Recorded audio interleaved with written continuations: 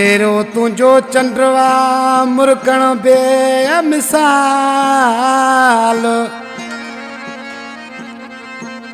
पुजे तुझी सुअसान कोई मोती लाल आई यर कमाल बावल खान हिंगोर चो चवे फरमाशा सनी डेपर मलूक जाखरो निजामुद्दीन जाखरो जानी वजीर थईम डॉक्टर मीरसम जाखरो सैफला जाखरो क्या चए तो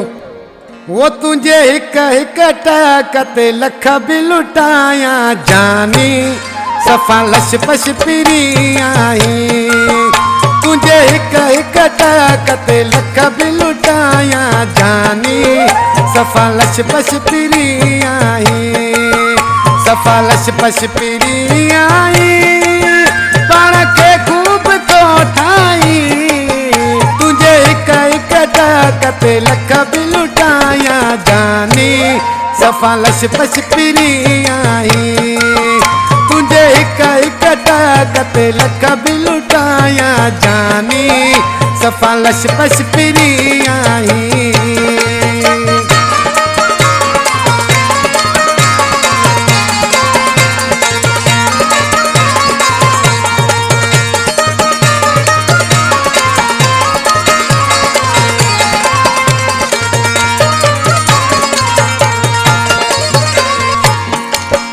तुझे अखिन जी के चलवणी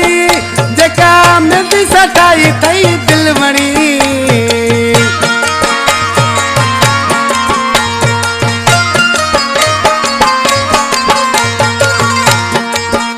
तुझे अखिन जी के चलवणी जेका मिलदी सटाई थई दिलवणी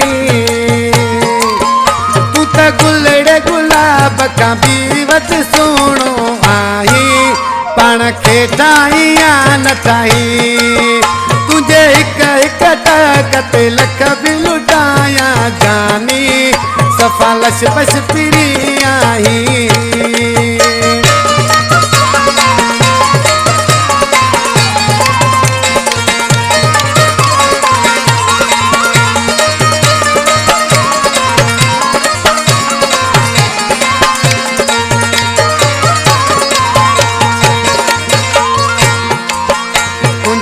वर वदा वर वर पिरी मुझा ठाए छजई मुकदर पिरी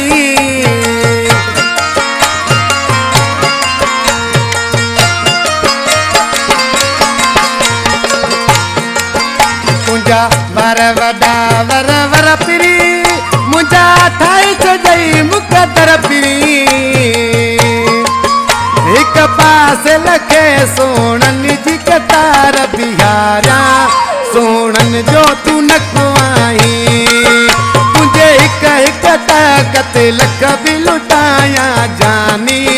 सफ़ा लश पश पिरी आई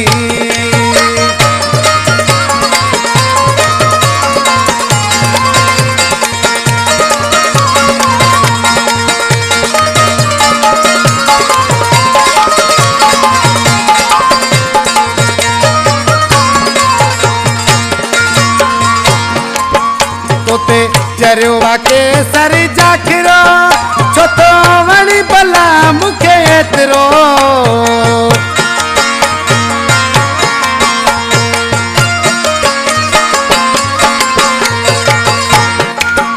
तोते चरियो वाके सर जाखिरो